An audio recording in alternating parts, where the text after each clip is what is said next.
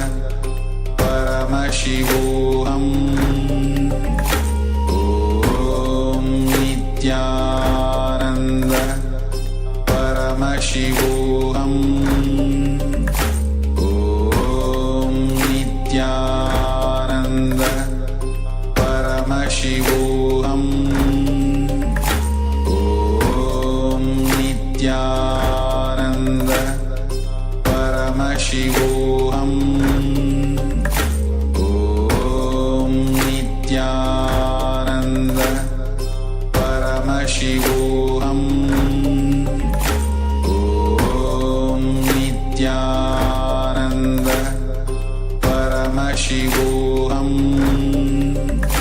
Om Nityananda Paramashivoham Om Nityananda Paramashivoham Om Nityananda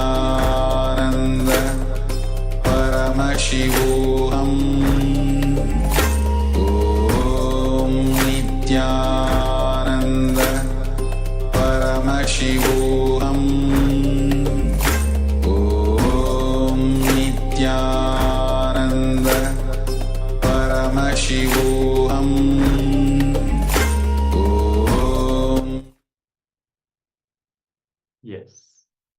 You can all now remove your blindfold and start drawing whatever has been revealed to you through the third eye in this round of the power manifestation. You can also start sharing in the Zoom chat whatever you received, whatever Swamiji has expressed through you.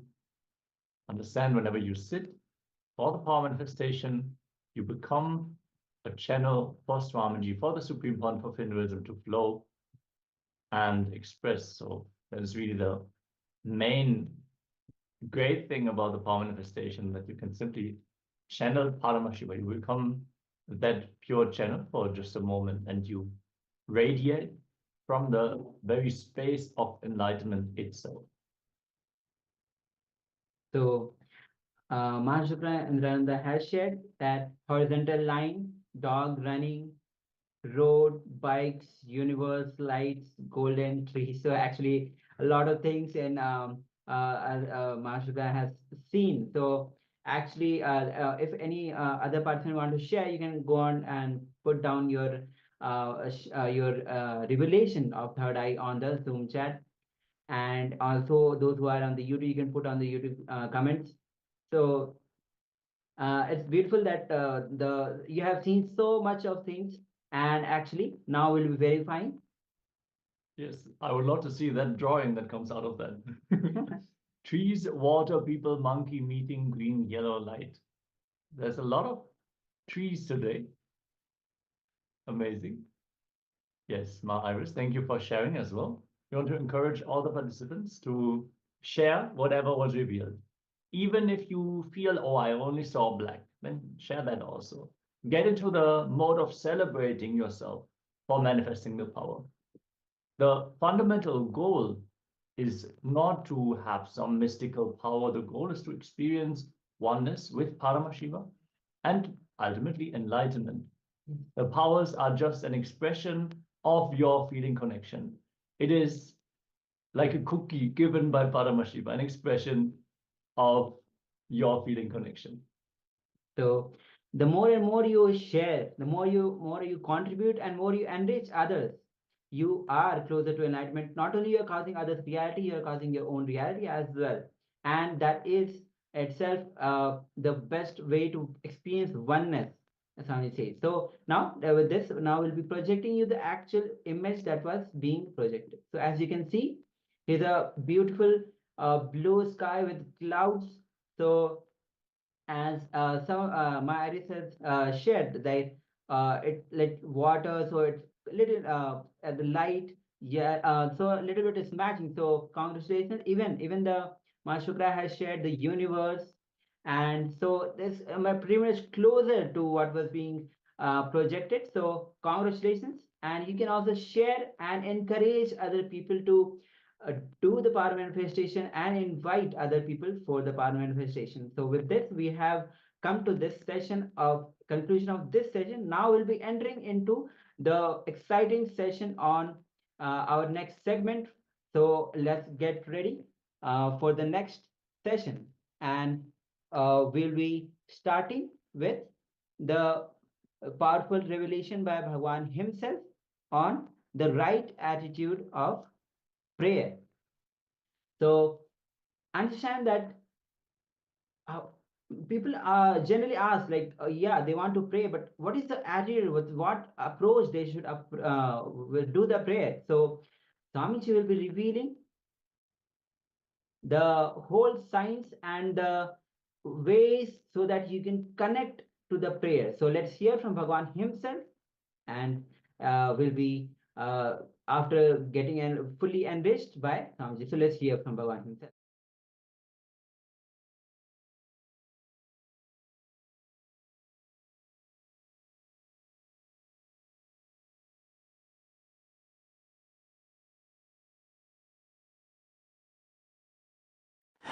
Intense prayer is the most powerful antidote for depression.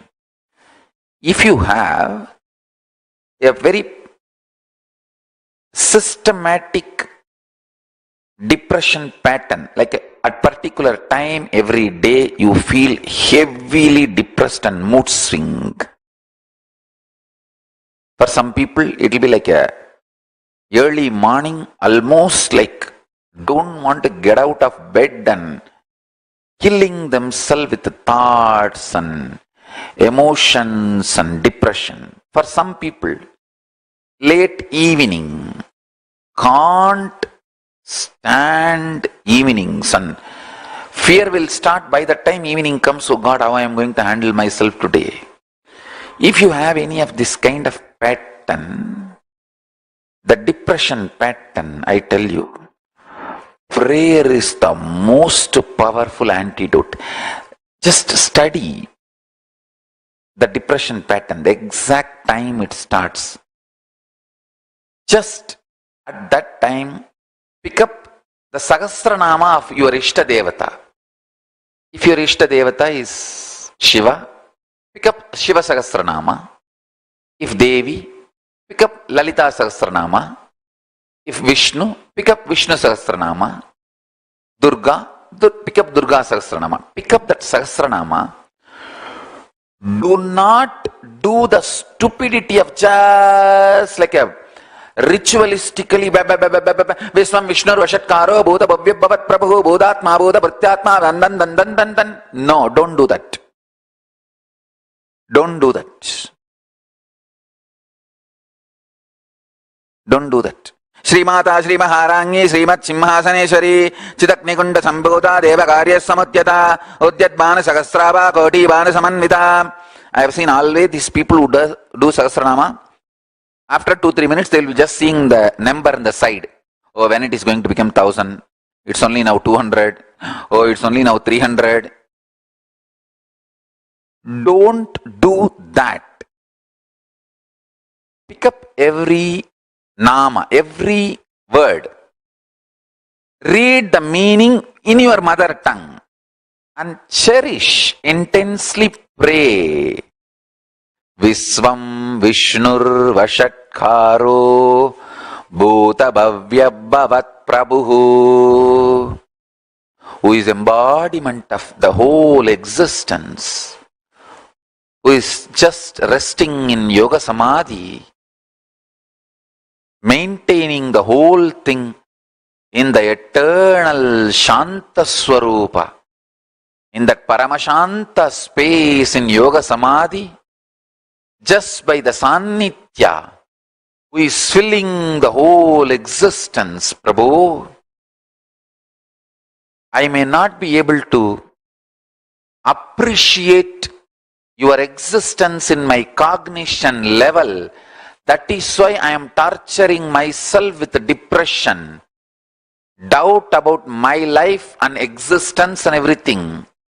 Please give me the powerful cognition. I know you are real because my Guru told me.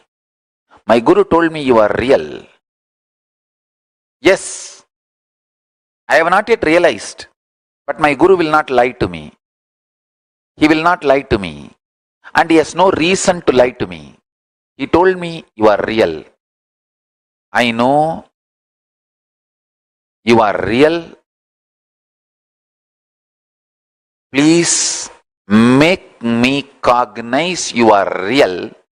So I will develop trust on me and on you and on life and get out of this depression. And the first sutra, Bhairava, Paramashiva, gives to Devi. The first technique Paramashiva gives to Devi In that he says, where your inhaling breath, the prana going in, takes a turn and starts coming out. That turn, where it takes turn, is the space Dvadashanta I am residing. So every time your prana goes and reports to Paramashiva's feet, only with his permission it comes out. Means the life in you is constantly happening by continuous support, management, supervision, direct approval of Paramashiva. Every breath you are inhaling comes out only after touching the space of Paramashiva. It's such a sweet, intimate good news.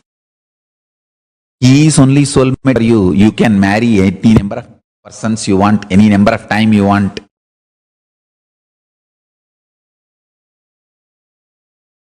Sometimes you even marry, divorce, remarry someone else, and divorce person also, and remarry the same person you divorced. All that mess up you can do, but soulmate is Paramashiva only. Understand? Paramashiva only is soulmate.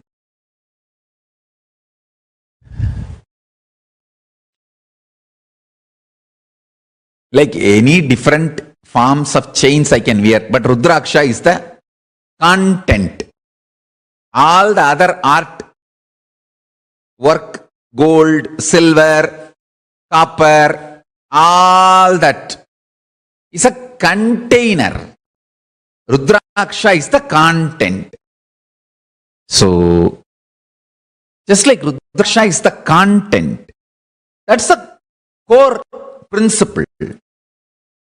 All other decoration, the way it is tied, the metal used, the way it is strung, and the way it is looking, sometimes like a mala, sometimes like a snake, sometimes like a different, all that is secondary.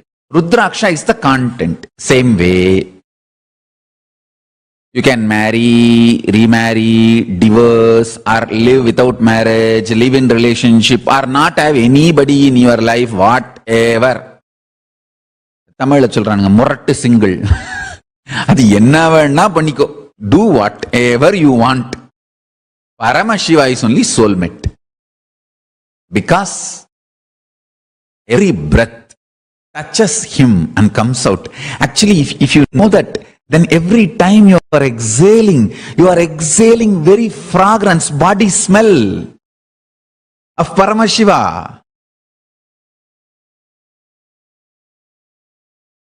Just touch your exhaling hair and kiss it. Hey, it's coming from him. After touching his body, after smelling his body, it is literally his own fragrance. Understand?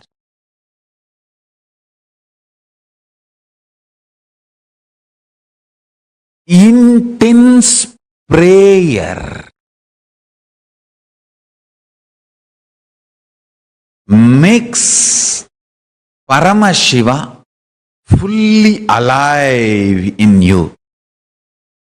This intense, continuous prayer was the habit taught to me by Arunagiri Yogeshwara himself.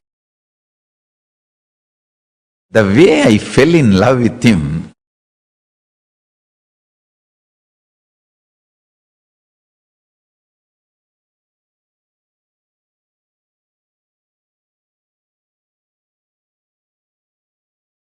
he himself personally gave me the instruction.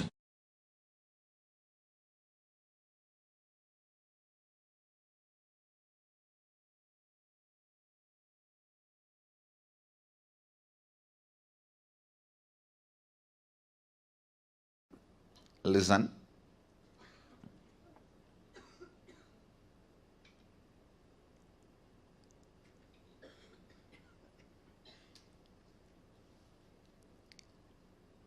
I'll try to explain the science of prayer.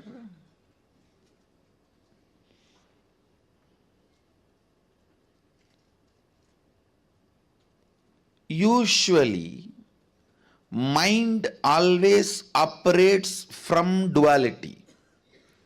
If you utter a word, he is not good, means already you came to the conclusion he is bad.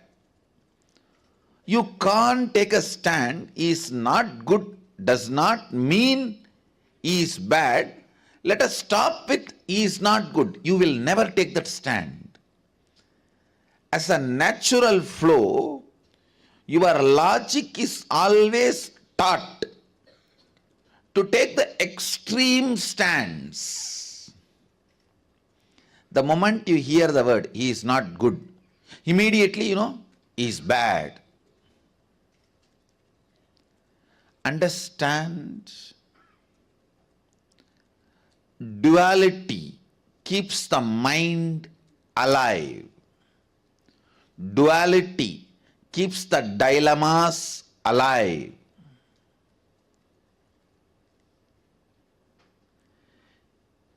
Your mind is so brilliant, it can even use religion to keep itself alive.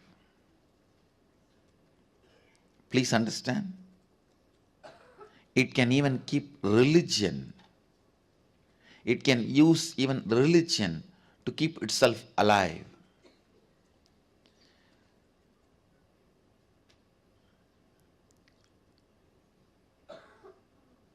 Prayer is one of the most misunderstood, abused concepts.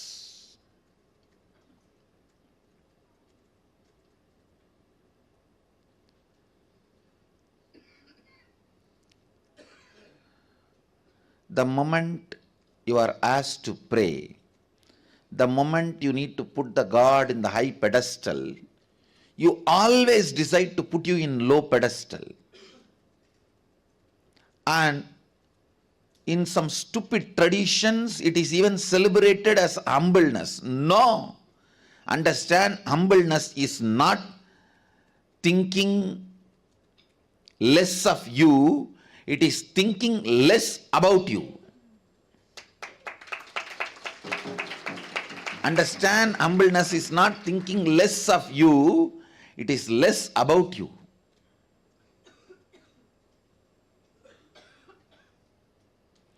Humbleness is not the image you have about yourself. It has nothing to do with the image you have about yourself. It has something to do with how many times you remember yourself. Stupid, one of the most stupid mistake humanity has committed, putting yourself down and thinking only then you can put your God up. No, understand? Putting your God up does not really requires putting yourself down. Putting yourself down does not necessarily make you to put your God up. This is one of the very important truth you need to know. Please understand. I feel so blessed. The Vedic tradition, the Hindu tradition,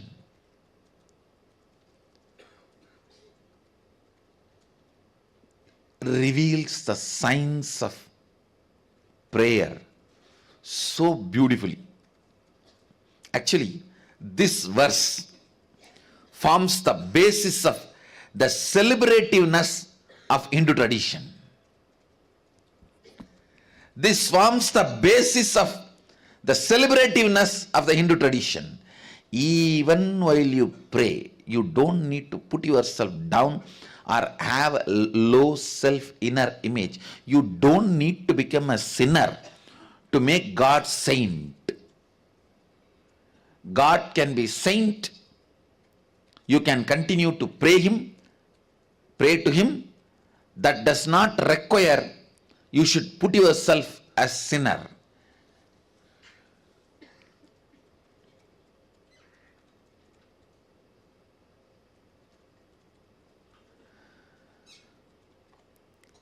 In any form,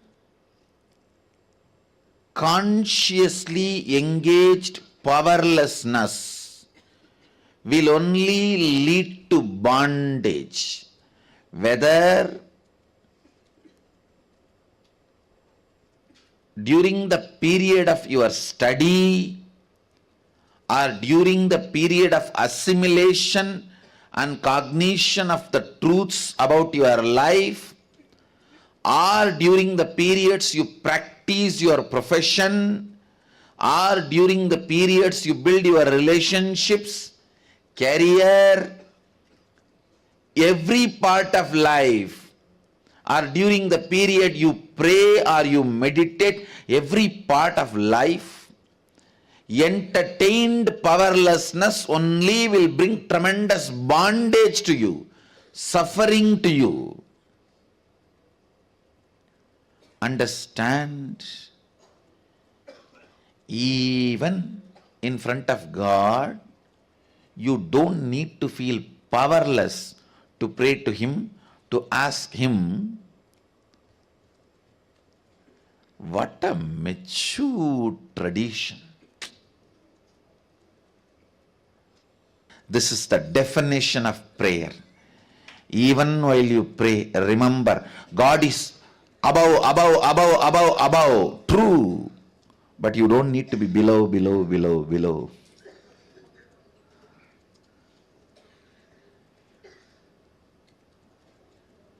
You don't need to be below for the God to be above.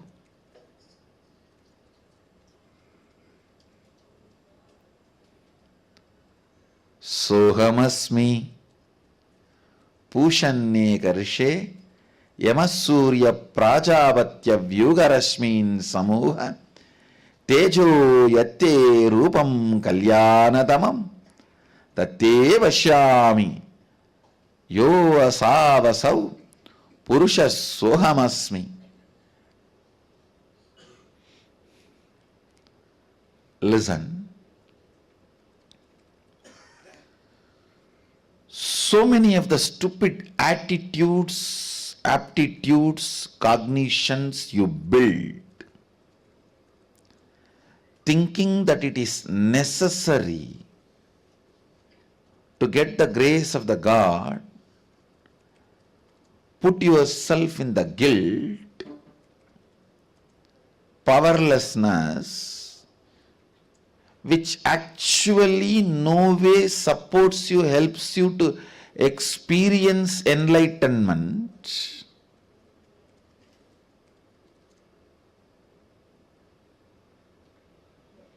Or the higher consciousness. Remember the right context and bring prayer in your life.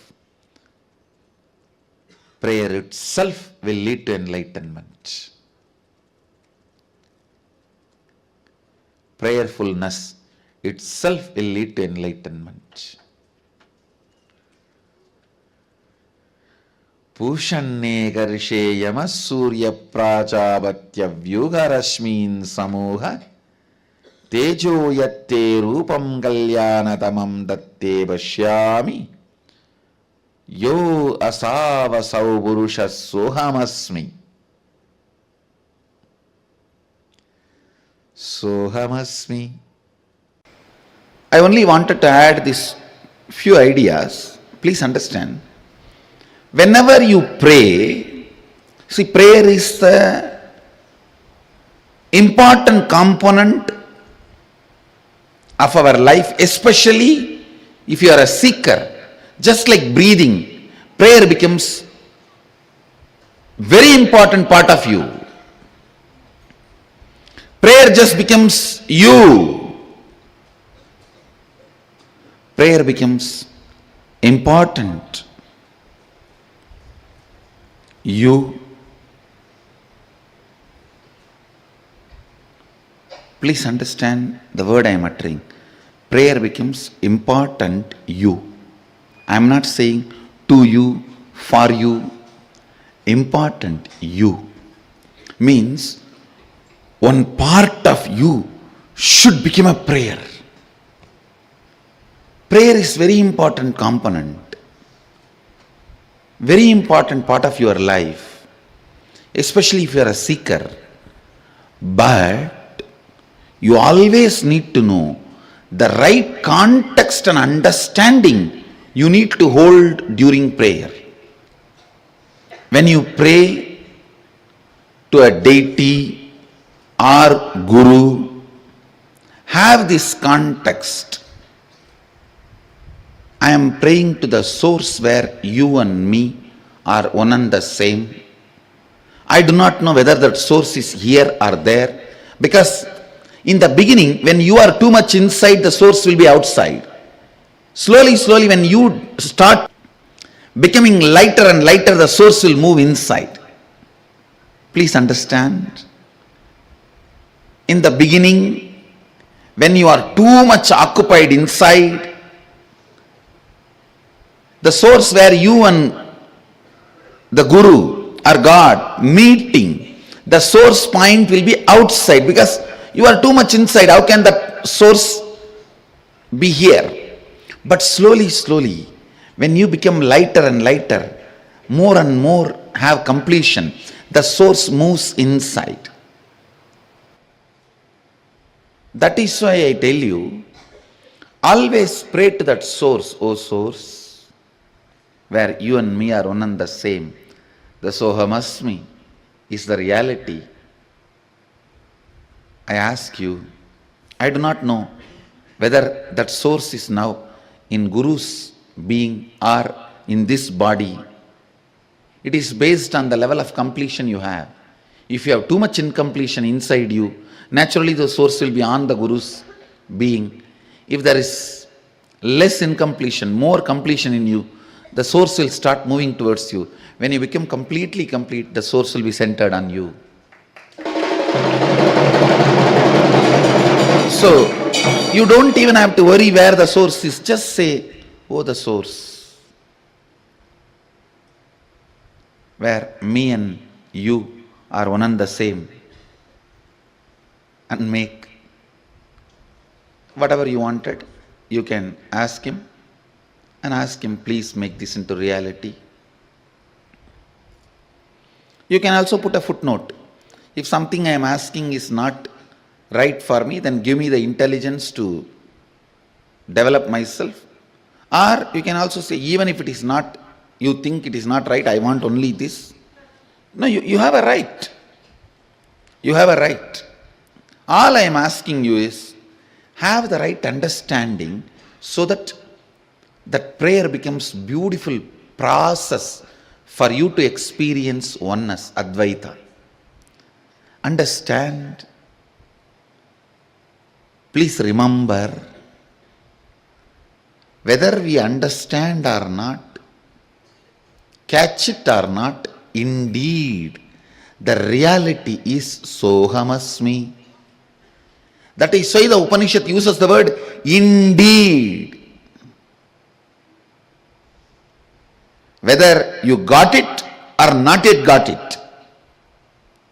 Sohamasmi, I am He. You can tell him, oh source, I feel bored of doing all this completion, this, that. I know you are intelligent and capable of making completion happen in me.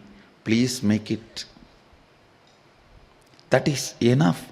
It can be such a strong, powerful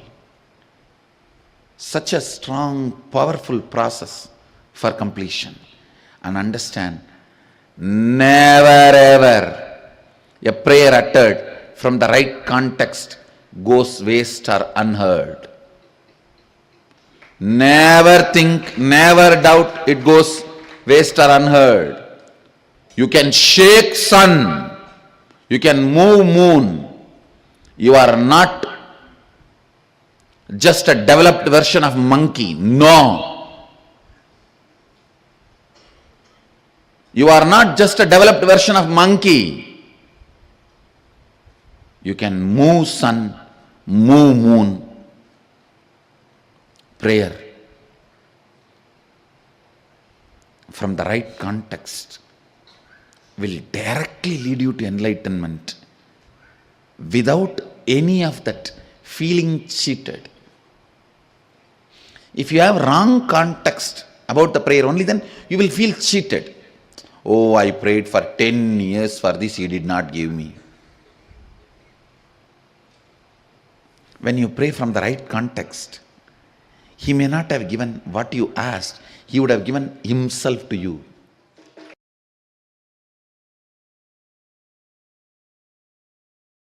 Understand? This can happen only by the tremendous surrender to Mahasadashiva.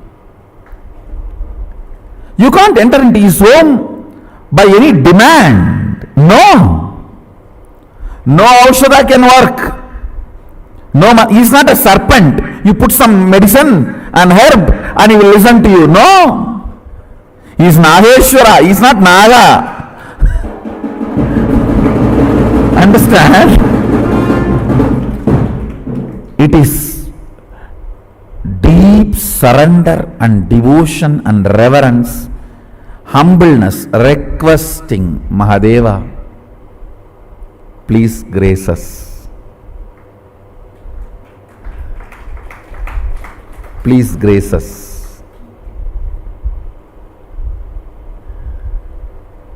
It is only with the tremendous humbleness and surrender,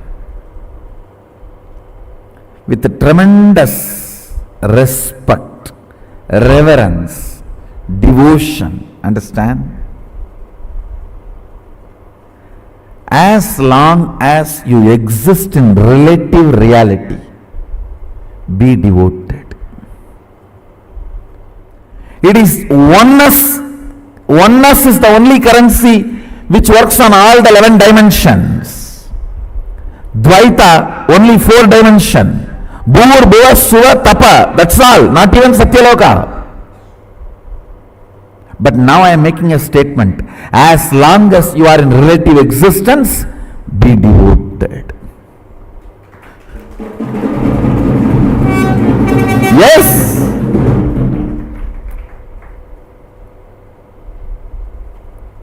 Your third eye should be penetrated with the truth of oneness, Advaita, Shuddhadvaita. But as long as you are in a relative existence means you are able to feel I and you, means first person and second person. As long as there is a first person and second person. See, when you decide to sit, manifest powers, oneness is the reality. Oneness is the truth with which you manifest powers. That's the ultimate truth. When you are operating in relative existence, be always devoted. Devoted even to your own oneness. Understand. Understand this word. Upanishad says, Soham Asmi. Even when I pray, I am you. Even when I am you, even when we are one, I pray to you.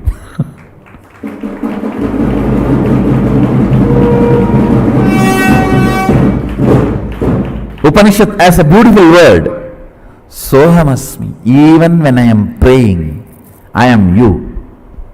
So even when I am you, as long as there is a relative reality, I pray, I am devoted to you. I know you and me are one and the same. But as long as there is a relative existence, till I feel there is a skin for me and skin for you, I am devoted to you. People ask me, when thousands worship you, why do you bow down so much in front of the deities? And understand, this is the secret. When you sit in oneness, you should know very clearly, even when I pray, I am you.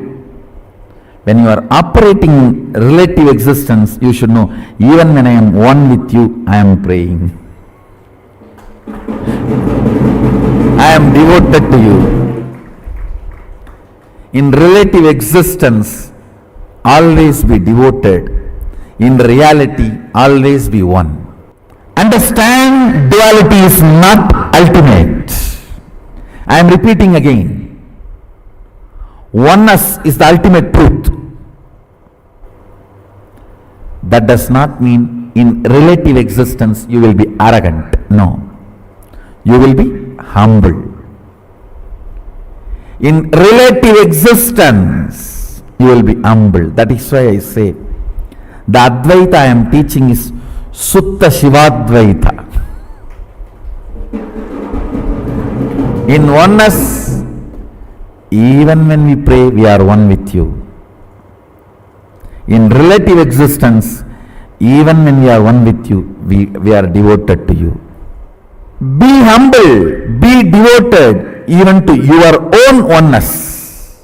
Sometimes when I go to devotees' houses, I directly go to puja room and do the puja. Some of the devotees will keep my photo also. When I do the arti, I have to show to all. I cannot move the hand. I have to show all only. They ask, what is this, Swamiji? You are showing arti to your own photograph. What can I do? It is the symbol of my oneness. I am devoted to that.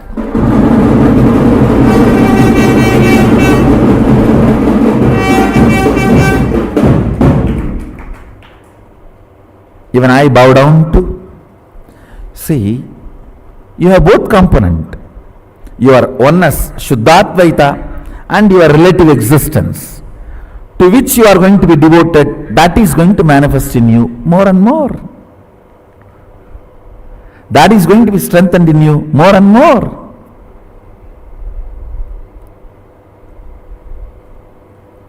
Kailasha is the space of ultimate oneness. Sachidananda, ultimate oneness. Understand? Kailasha is the space of ultimate oneness.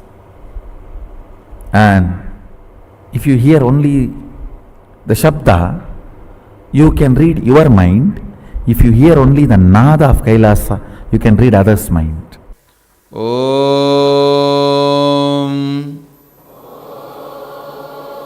Apyayantu Mamangani Vak Pranaha Chakshushrotram Atho Balam Indriyani Cha Sarvani Sarvam Brahmopanishatam Maham Brahma Nirakuryam Mama Brahma Nirakarot Anirakaranam Asta Nirakaranam Me Astu Tatatmani Nirateya Upanishatsu Dharmaste Mayi Santu Te Mayi Santu Om Shanti Shanti Shanti. Listen.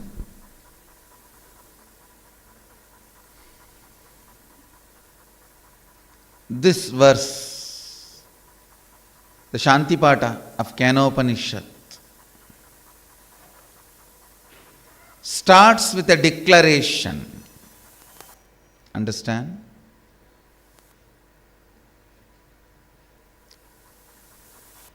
Even prayer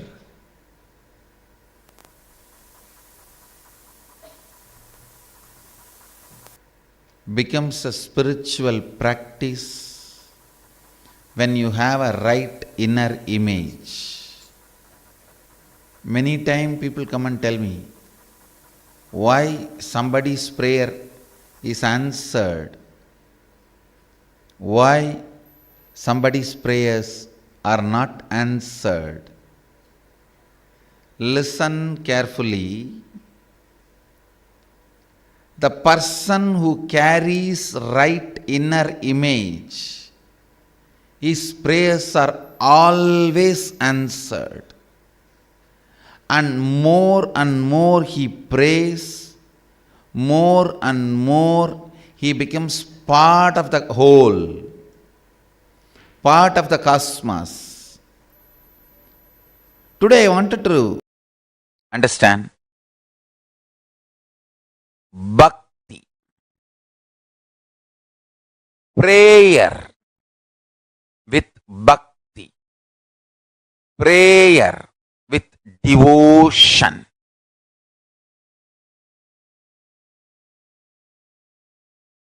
Opens your Kundalini to cosmic Kundalini. Listen carefully.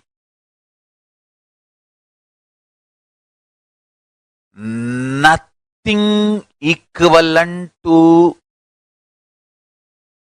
prarthana, devotion and prayer. Listen carefully.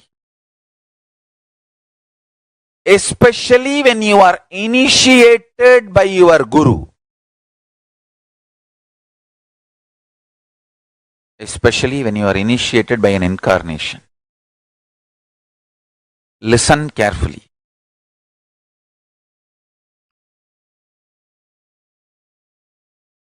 Deep sitting with the deity, with the three things. One, initiation. Already all of you received it. Second, really the deity is God. God is available as Archavatara with that cognition. And a deep prayer with devotion. These three. Understand? Initiation, cognition that Archavatara is God directly, and deep devotion and prayer. With these three, when you sit, extraordinary miracles happen. Understand? Nothing can be a greater sadhana than sitting with these three. Sitting with these three.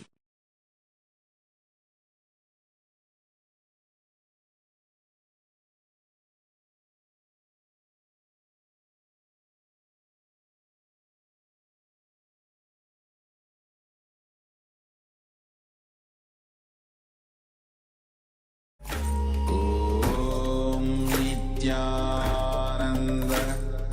परमशिवोऽहम् ॐ नित्यानन्द परमशिवोऽहम्.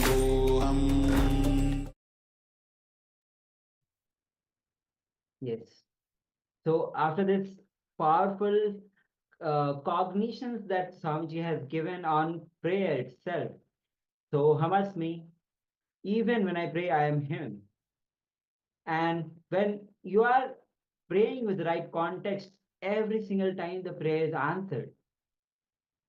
And when you are in the relative reality, you are filled with gratitude, filled with prayer. You don't become arrogant, because when you feel this, this is one skin and the other skin, you feel gratitude. And when you are in oneness, you experience the whole. When you are in prayer, you operate from the powerful space, not from the powerless space. So such a beautiful revelations. Now we'll be entering into the internalization exercise. So let's begin. Yes, in this exercise, we're going to enter into contemplation on this very powerful truth that has been revealed to us and introduced to us in this video, the powerful recognition of Sohamasmi, which is one of the very fundamental truths revealed in the Upanishads. Understand, even in front of God, you don't need to feel powerless to pray to Him, to ask Him. Many times we feel we need to lower ourselves down in order to ask for a boon. We need to make ourselves smaller to receive something as a boon. But here it is very clearly stated, Sohamasmi. Even when I worship, I am Him. There's a celebration. So when you pray to a deity or guru, have this context. I am praying to the source where you and me are one and the same. Understand, you are never told, you're never too old to try in love, in prayerful mood. You're never too old, too grown up to be lost in the love and space of prayer. So sing this song. It is such an ecstasy. There is a very sacred sentiment. We have the lyrics to a very powerful song where the Supreme Pontiff of Hinduism has given his commentary on it. So, I asked you for few flowers, but you gave the whole forest to me. When he gives, he does not give based on your standard. He gives based on his standard. Understand, when he gives, he does not give from your standard. He gives from his standard. He doesn't think, oh, for him, his standard, this is okay, give. No, the giver, the standard should be made. A statement should be made from the standard of the giver. That is the way he gives. The next line, I asked for water to quench my thirst, who gave the nectar itself to quench all thirst. After that, no more possibility of any thirst anymore. Just a little bit of breast milk from Mahadevi Parvati to Jnana Sambandha. For his whole life, he became a Nirahari. He never opened the mouth again other than to sing the glory of Mahadeva. Never ate anything. What is there to drink after having Devi's breast milk? So once you taste the nectar, nothing more, nothing else is there to eat or drink. All your thirst is quenched. So I asked for water. Oh, you gave nectar. And this song still continues, and it further says, what should I ask you to give to me, you to me? Or how should I ask you for you to give you to me? I was lost in a wild forest. You appeared as a way out. I was lost in the darkness, but you came as a light. Tell me, where should I get lost for you to come directly? Tell me, where should I get lost for you to come directly? I was lost in the wild forest. You came as a way out. I was lost in the darkness. You came as a light. Where should I get lost? And what should I get lost? How should I get lost for you to come to me? You yourself to come directly to me. Where should I get lost for you to appear? What should I ask? How should I ask for you to give you to me? The answer is be lost in the space of Sohamasmi. Remember the right context of prayer and pray. He will give himself to you. So with this attitude, with the right attitude of Sohamasmi, let's start contemplating on your experience of praying to Paramashiva. What prayer brought to you to this program? What program caused miracle for you? Just look back. What miracles happened to you? Yes, I just want to quickly point out how during our last power manifestation, both the participants who shared in the chat, both they saw the forest, they saw the trees, and they saw the light. So beautifully, here Paramashiva is expressing through this very beautiful song and such a deep feeling connection that is being expressed here, the yearning for the oneness experience that we are graced by the Supreme Pontiff of Hinduism to have. So just sit for a moment in this beautiful contemplation, and just hold this space, catch the space from which this song, this poem is sung.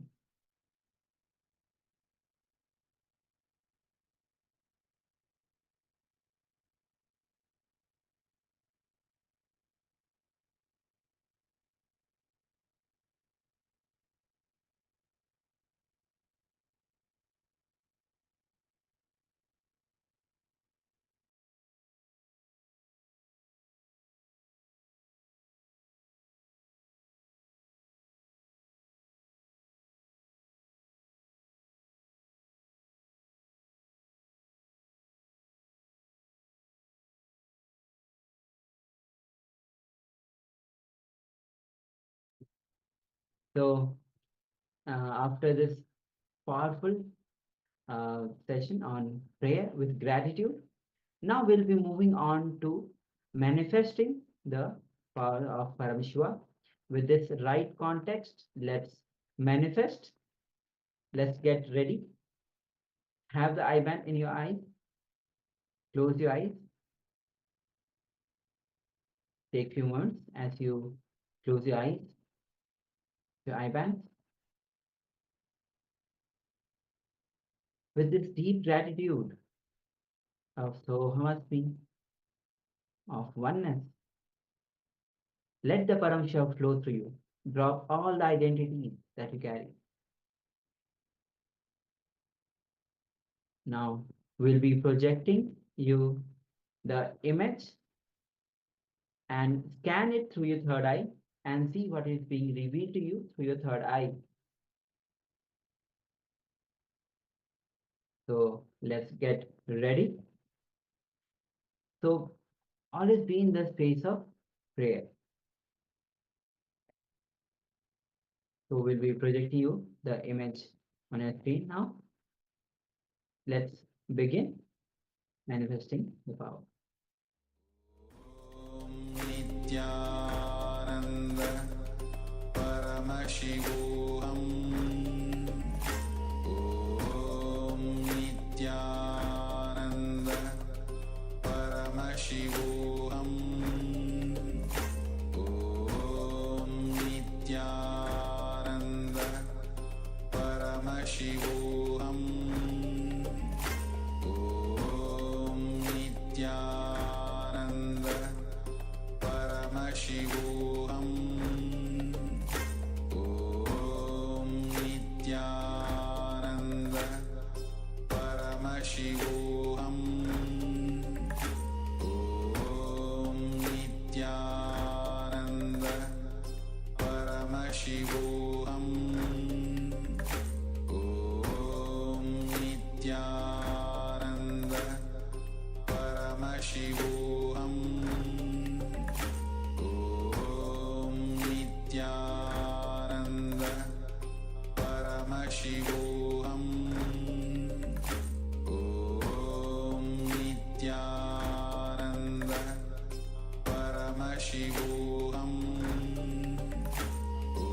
Paramashivoham Om Nityananda Paramashivoham Om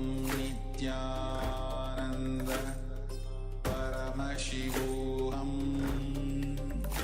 Om Nityananda Paramashivoham Om Nityananda Paramashivoham Om Nityananda Paramashivoham Om Nityananda Paramashivoham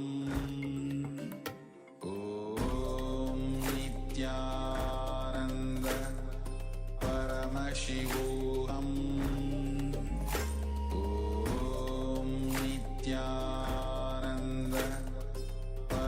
Paramashivoham Om Nityananda Paramashivoham Om Nityananda Paramashivoham Om Nityananda Paramashivoham Om Nityananda Paramashivoham Om Nityananda Paramashivoham Om Nityananda Paramashivoham Om Nityananda Paramashivoham Om Nityananda Paramashivoham Om Nityananda Paramashivoham Om Nityananda Paramashivoham Om Nityananda Paramashivoham Om Nityananda Paramashivoham.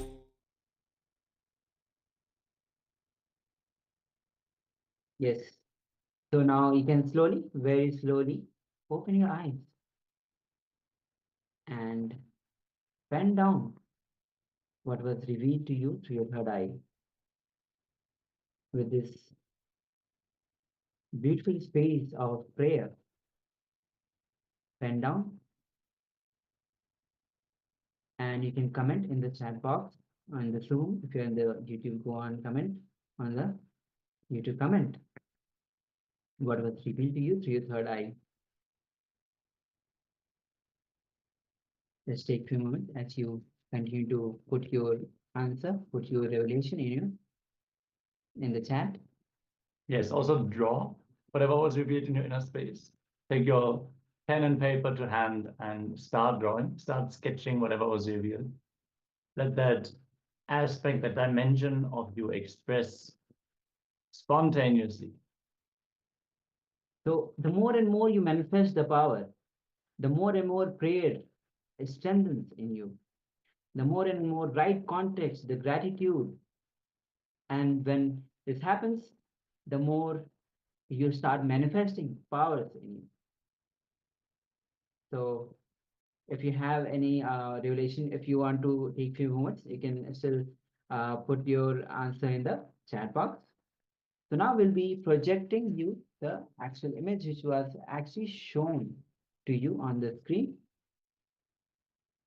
Yes. So as you can see, it's a flute and with the and a beautiful flute, and Lord Krishna himself used to play the flute. So if you have Master Prananda has put colorful vertical lines. Wow, that's awesome. And it is actually colorful with black and shades, orange and even white. So multiple colors are involved in this.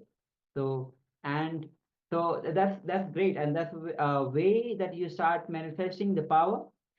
So congratulations. And even those who have manifested and they are hesitating to put their comment in the chat box, please don't hesitate. Let it out and share your revelations to the people. The more you start enriching other, your reality also get counts and you start enriching yourself also.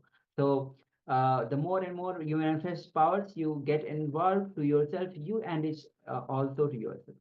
So with this, we'll be moving on to the next segment of our today. Yes, the next segment comes under the title, What Would Swamiji Do? And presence, practice the presence of God. So this is a very mode that you can operate from. Whenever you encounter a problem in your life, something you don't know how to handle, just ask yourself, what would Swamiji do? And if you practice the presence of God, simply any situation will open up to you. If you understand, if you cognize, consciously cognize that the divine is always present in every situation, nothing will seem wrong. You will not have the feeling that, oh, this should not be this way. If you cognize that the divine is there with you, you know everything is auspicious. But without further ado, let's enter into the actual video with the Supreme Pontiff of Hinduism. Let's receive the powerful cognitions directly from Swamiji himself.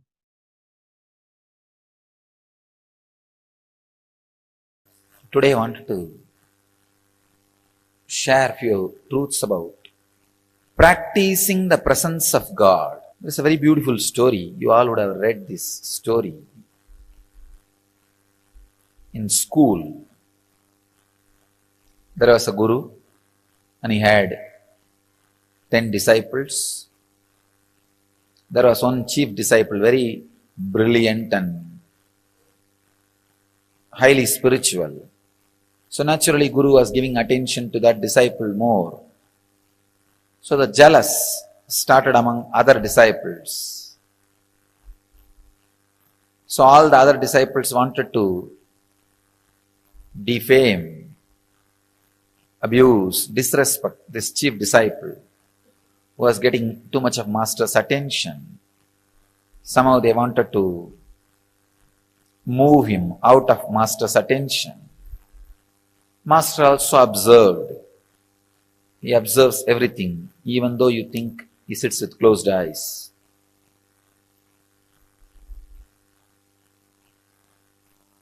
He observed what goes on, all the absurdity which goes on when he is with closed eyes, or when people think he is with closed eyes.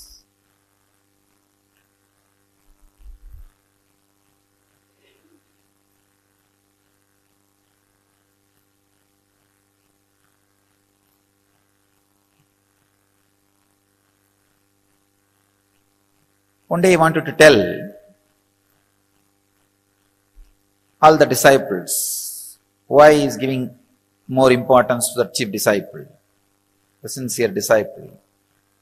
So he called everybody, kept a small test, giving each one of them one banana and telling them, go and eat in a place where nobody sees you, where you are not observed by anybody. All the fellows ran here and there.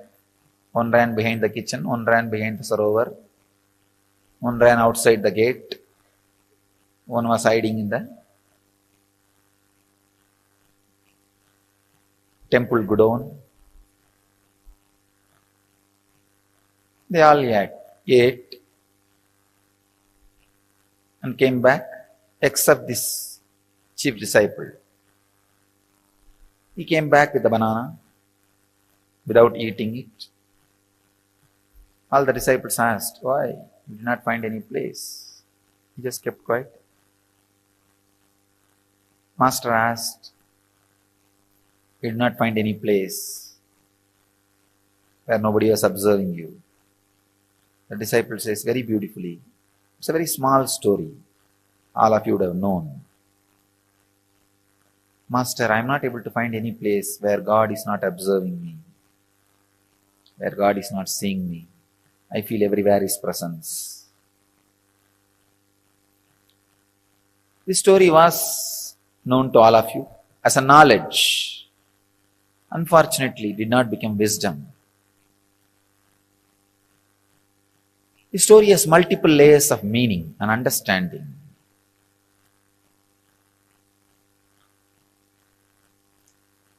First thing, there is no shortcut for spirituality. There is no shortcut for enlightenment. There is no technique for enlightenment. Technique means shortcut. There is no shortcut. You have to iron out your 24 hours with a clear understanding of practicing the presence of God in your body, mind, actions, in everything, the clear, intense awareness has to be imbibed.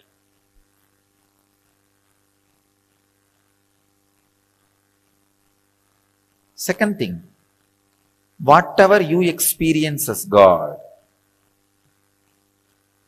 when you experience me, some will have 30% fear and 30% love, 30% confused emotions. Some will have maybe 50% fear, 40% confused emotions. Some will have 100% fear. Some will have 100% love, no fear. Different ways you will be experiencing the Guru.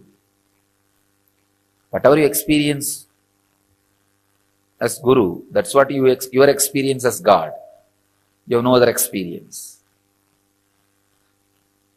Whatever may be the experience you have about Guru, whether it is with fear or the attitude of master and disciple, or the attitude of father and son, or the attitude of mother and son, or the attitude of friend, or the attitude of beloved, practice 24 hours. Two things will happen. One, your action will fall into awareness.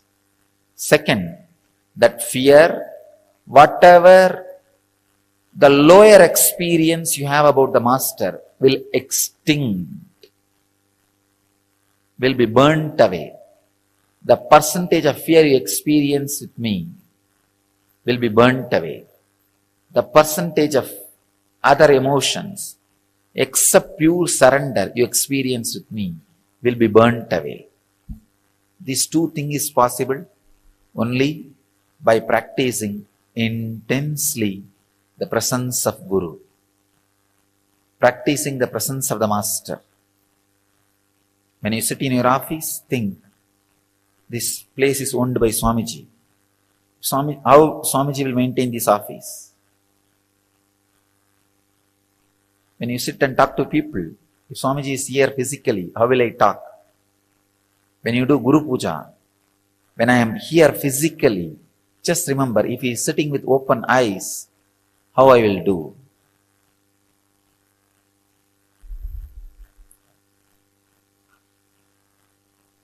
Practicing the presence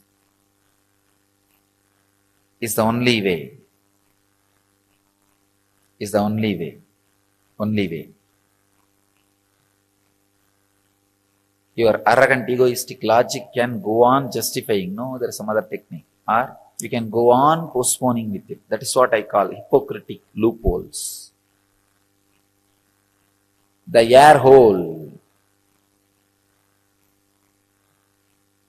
air bubble in the copper wire will not allow the copper wire to be a conductor. Electricity will never flow. Same way, the hypocrisy between the relationship, when you practice my presence, the hypocrisy you handle, you have it, it's like air bubble, will not allow the Guru-disciple relationship to happen, will never, the presence will permeate, penetrate you. Practicing the presence with tremendous respect.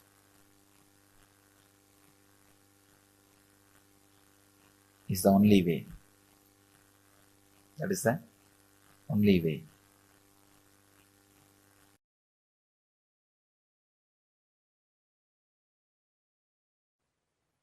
Understand, this initiation, this Shaktipada is the purpose of my existence, to give you this Shaktipada only. I exist and I come here and sit again and again every day.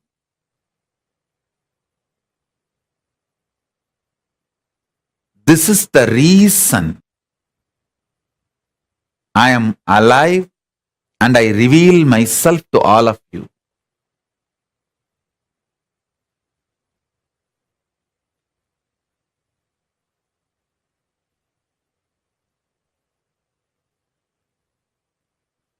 I sincerely bless all of you as living manifestation of Paramashiva, as Paramashiva. I bless you all and initiate all of you. Whoever decides to trust my revelation about me as Paramashiva,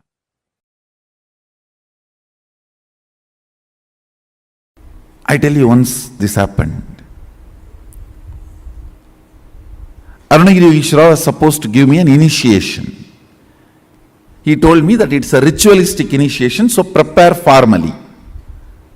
Means I'll have to get one fruit and one betel leaf and one fruit means banana, one betel leaf, betel nut.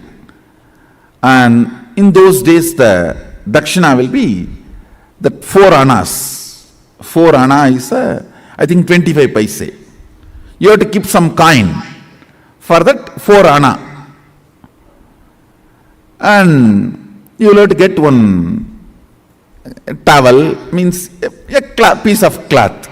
These are supposed to be offered as a dakshina. So he told me, prepare everything and come with all that. He was supposed to give a very ritualistic initiation. One beautiful thing, that one thing with Arunagiri Ishvara I have seen, even though he transmits all the experiences, everything, left and right, he will never miss performing something which need to be done ritually to educate me, to teach me a lesson. So I will do the same for all of you. He will never avoid ritual. See, he will make me experience the whole satya of sannyasa. That does not mean he will not perform the ritual. He will end, after that he will perform the ritual also and give formally the consolidation. So one day he told me that prepare everything and come.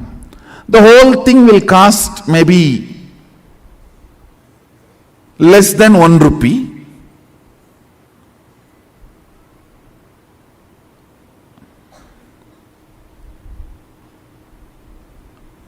Because the towel, already I had one towel, means that angavastram.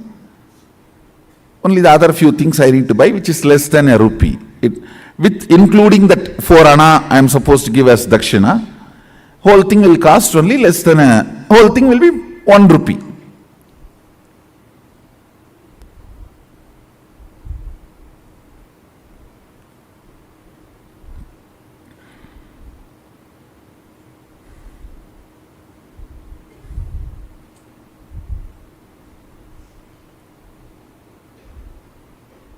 I went to my grandfather. He is the funder usually for all my rituals and all the expenses. I went to him and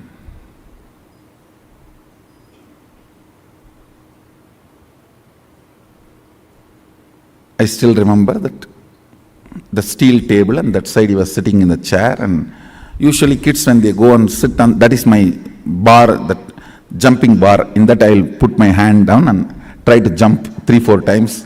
Tata, tata. To get his attention, and he will say, Enada? Samyar Paya Vantya? Means, what Swami you have come? And then I said that, like this I am going to have some puja and initiation. I want 1 rupee.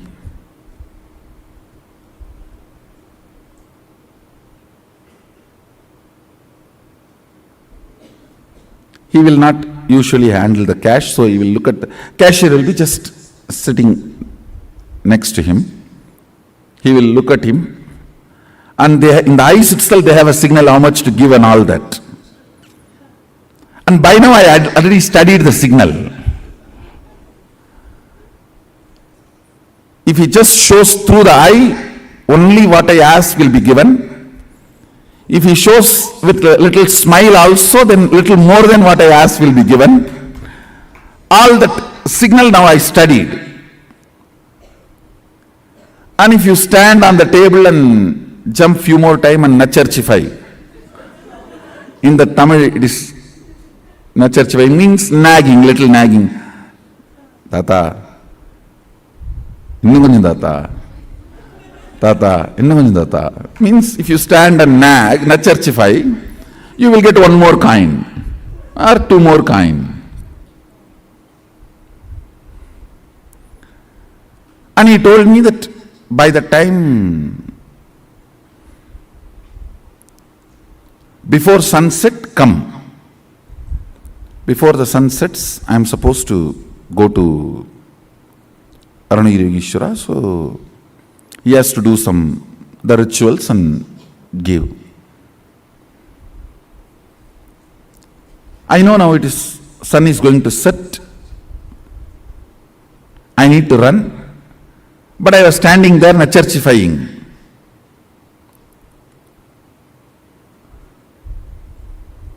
Thinking that if I stand for few more minutes, I'll get few more coins. I can buy something with that when I am going back to temple. And as usual, when I stood there and nacharchify, nag, he smiled at that cashier. That fellow, Ayyo Baba, I have not seen a person like this. He will count such a way almost that he will tear that note, or almost half of the weight of that coin will go away the way he rubs. His name was Shanmugam, my grandfather's partner. And he will count. Ndara, Samayarbaya. Finally, he will put that coin. So because I was standing and nagging, I got few more coins. I think 2-3 coins he gave. I took it and ran. By the time almost sunset has happened.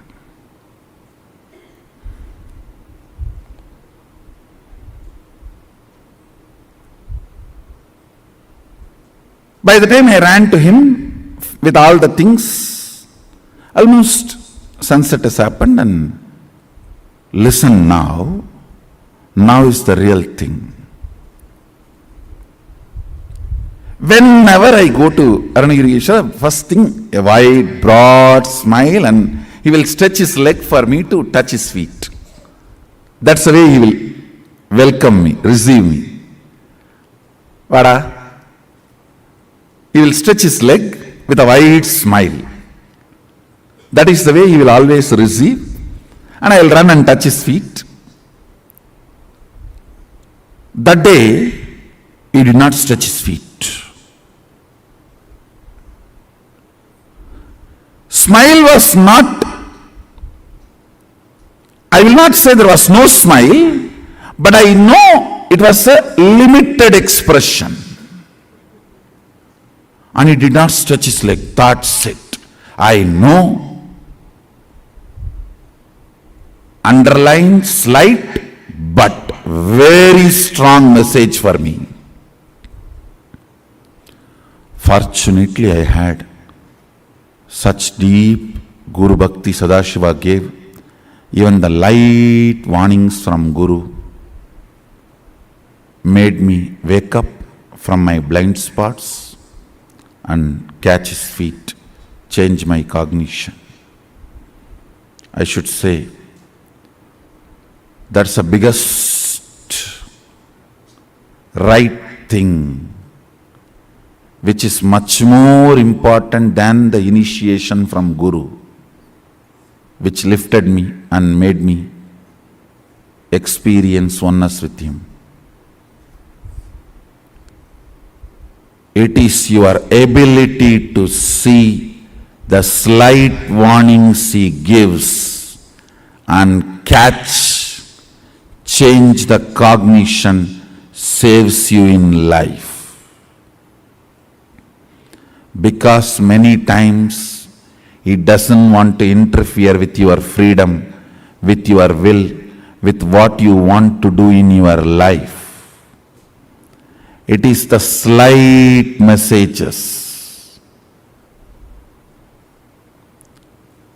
It's a light underlines. Listen carefully. This underlines light warnings, very subtle messages. If you can catch that and change your depth, you are saved. He did not stretch his leg.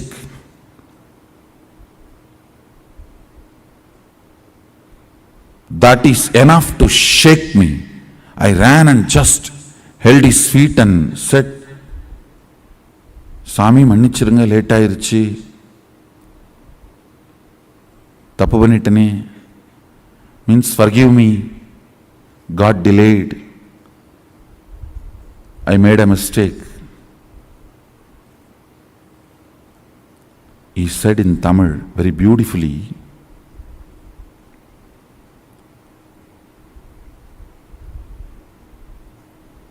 இந்த சேவையை விட அதிக பணம் வேணுன்ற ஆசையினால தேவையில்லாமல் சரியான நேரத்தை இழக்கிற பரப்பா. He told me I am greedy for money. பணத்தாசையடா. It just shook me. Yes.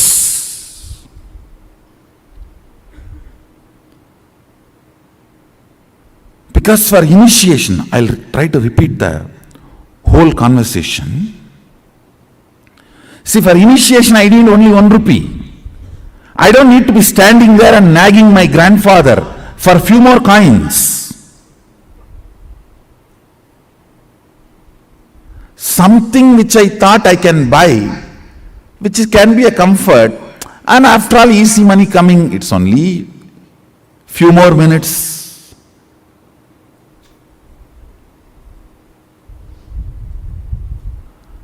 That casualness,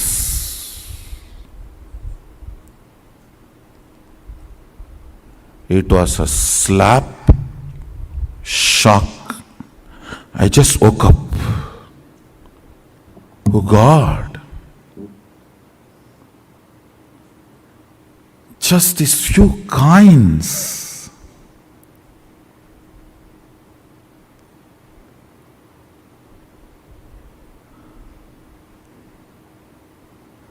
And I am a guy who never touches money. Only like this initiation or any of this Arunagiri Yogeshwara's work, I touch money. This coin. And I remember, I collapsed completely inside. Fortunately,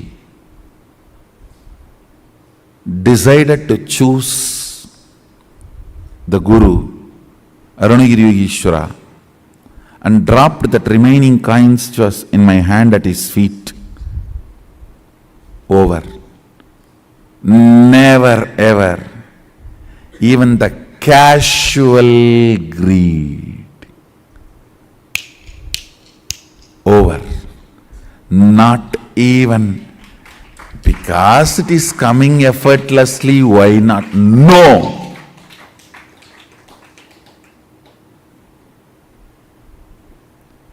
I should not even use the word greed. Even that casualness, if it is there, we can buy something. Even that cannot keep me away from my Guru.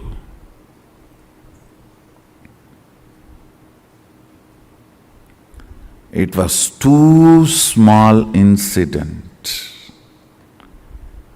but too big cognitive shift in me. Over. Over.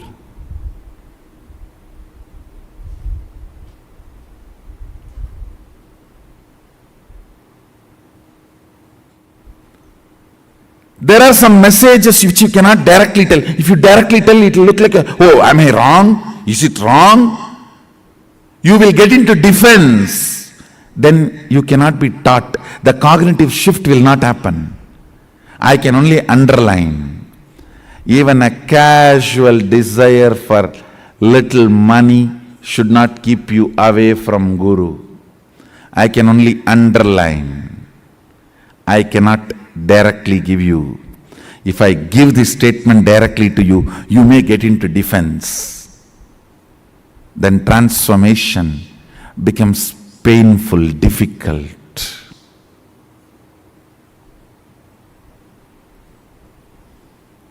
Sometimes things need to be very subtly told. You need to catch it.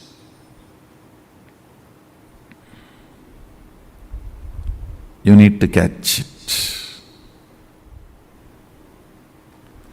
Only if you catch the subtle messages given by Guru, your cognition will be consolidated. Your cognition will be consolidated.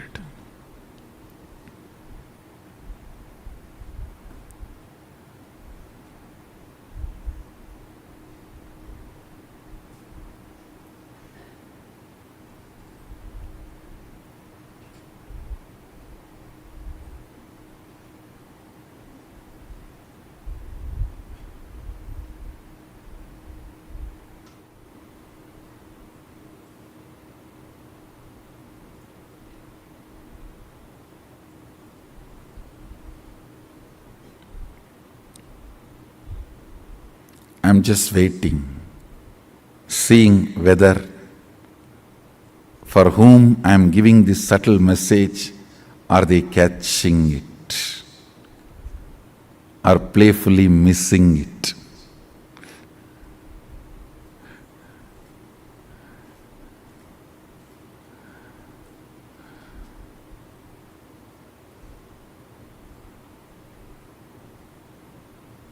There are some who cannot be recovered. They are doomed. When I say the name, you are doomed. You can't be recovered. You are going to be drowning. So as an evidence, I am leaving this name. You are not going to save yourself. Only when you are not going to save yourself, I tell your name. If you are going to save yourself, I don't tell your name. I only send the message. And see whether you are going to catch it or going to be playing, missing it. If I tell your name, be very clear. Don't take this as good sign. If I tell your name, don't think, oh, Swamiji told my name directly. An advice. Praising is different. Sometimes I tell your name and praise, that is different. During the advice, if I tell your name, be very clear. I am leaving the evidence for the future to tell. Even after Swamiji told, he did not listen.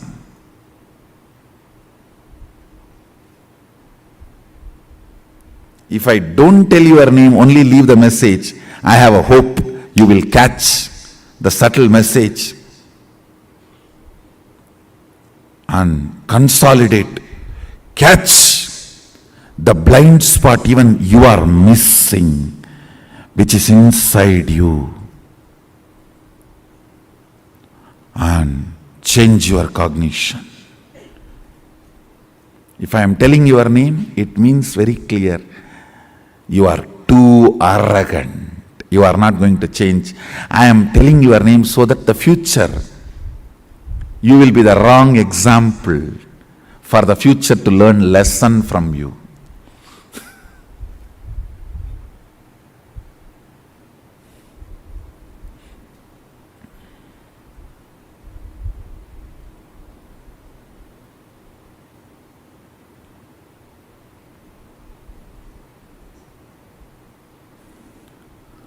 Cognitions matter.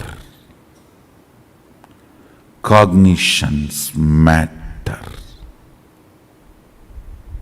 Cognitions matter.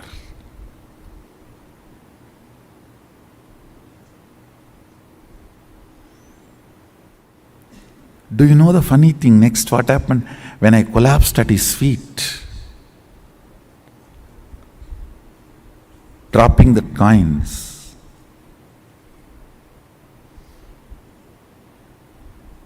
I know at his feet, my whole cognition changed.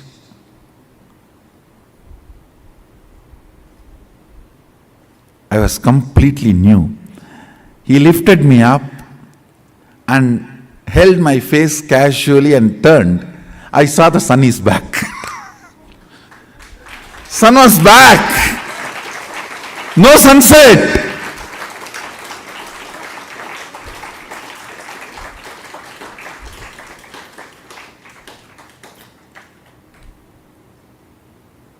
He smiled and said, "Getting sun back is much easy for me than teaching you with the subtle message." This was more difficult. The moment you become defensive with Guru, it is spiritual suicide. You are done. Nothing can be done after that. Sometimes if Guru tells directly, you get into defensive with Guru. Over. Bye.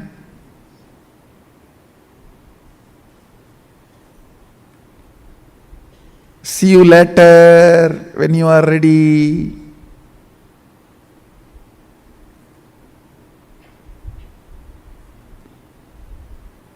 Understand?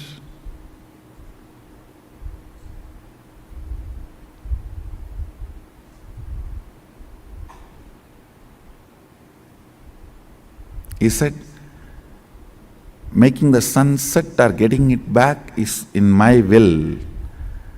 But you deciding to cognize my side or other side is your will. So I need to play here more subtly than there.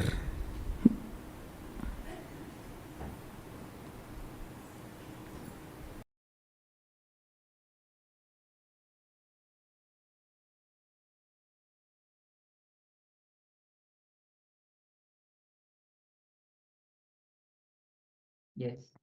So how Swamiji will do it? After where Swamiji has revealed very subtle message to us as how Swamiji will do it. So after this powerful um, uh, revelation, let's enter directly into the contemplation, internalization. So what is the practice, the presence of God? Actually, how or what is the practice of the presence of God?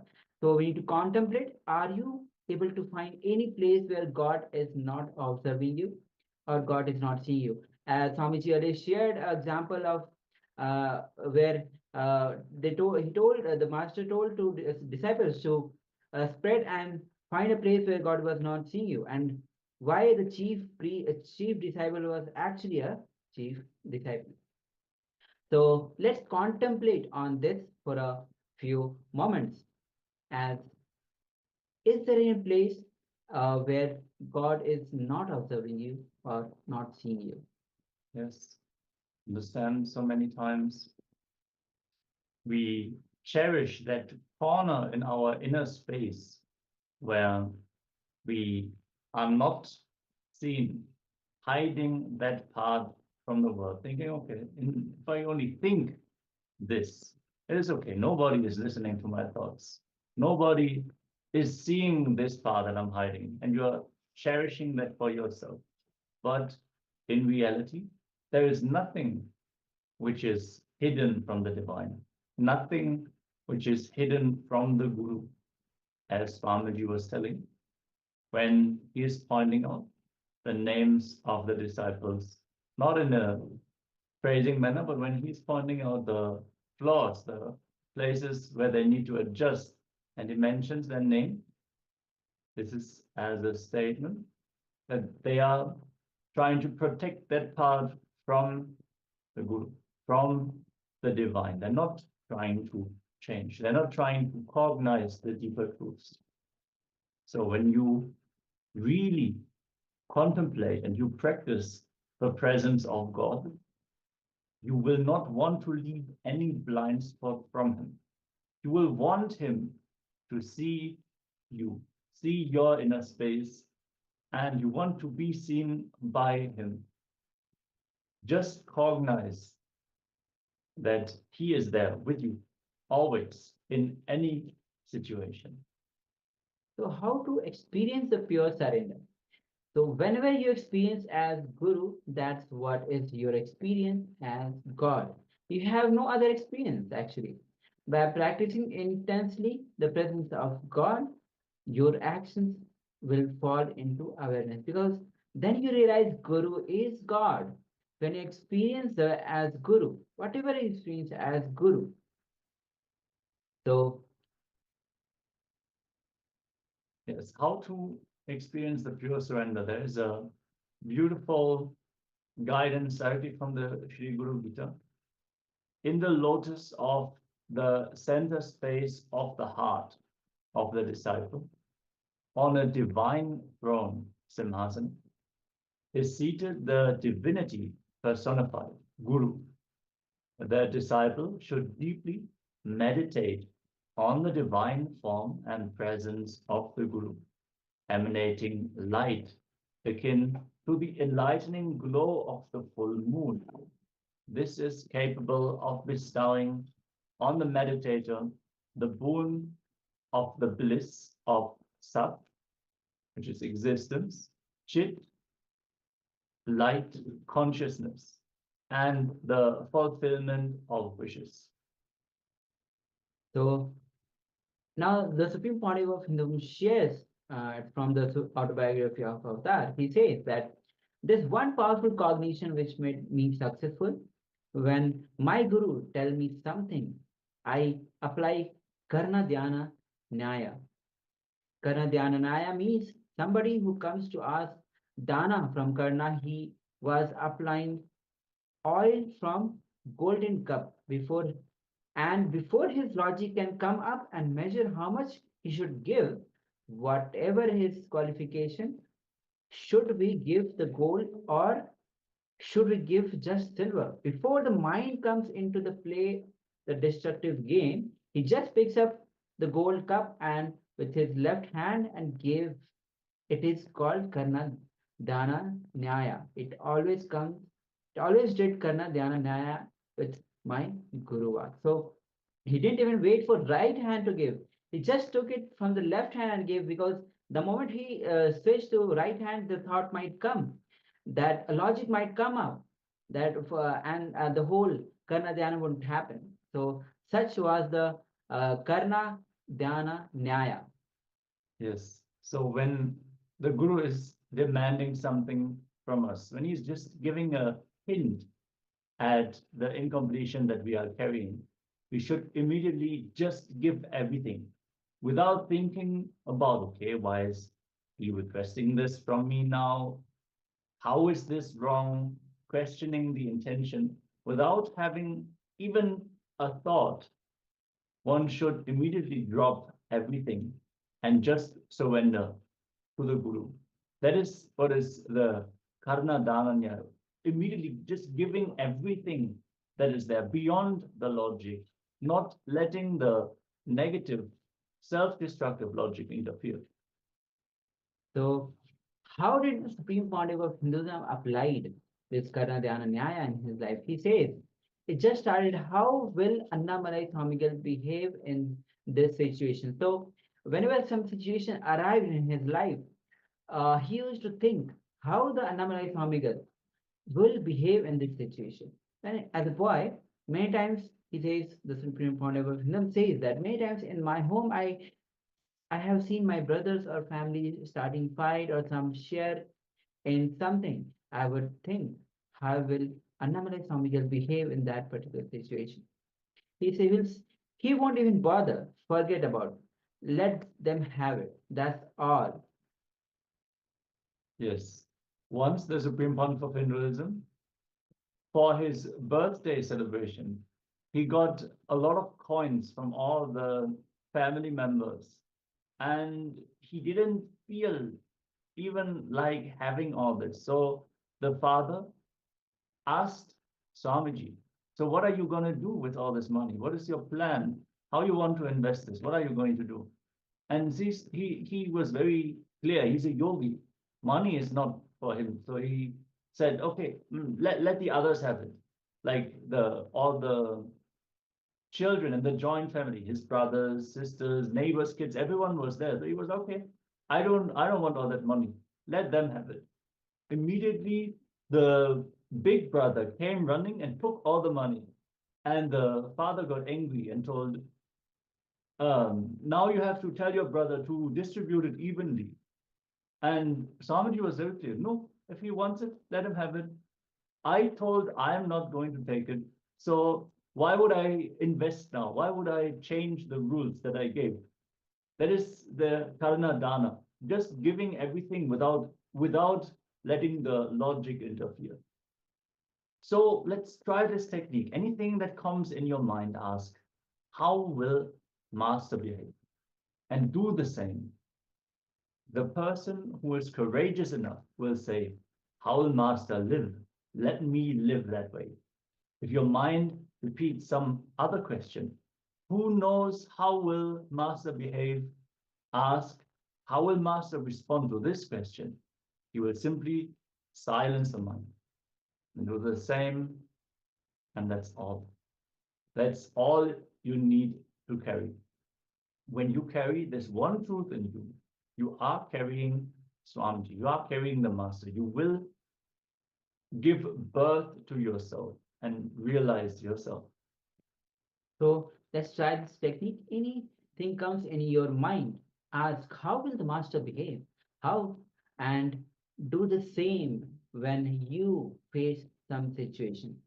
So let's enter into this exercise, internalization exercise basically. So pen down the 5 aspects of your life where you are going to work with this technique.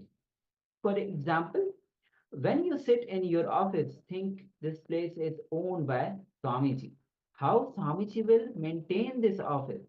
When you sit and talk to the people, if Swamiji is here physically, how will I talk?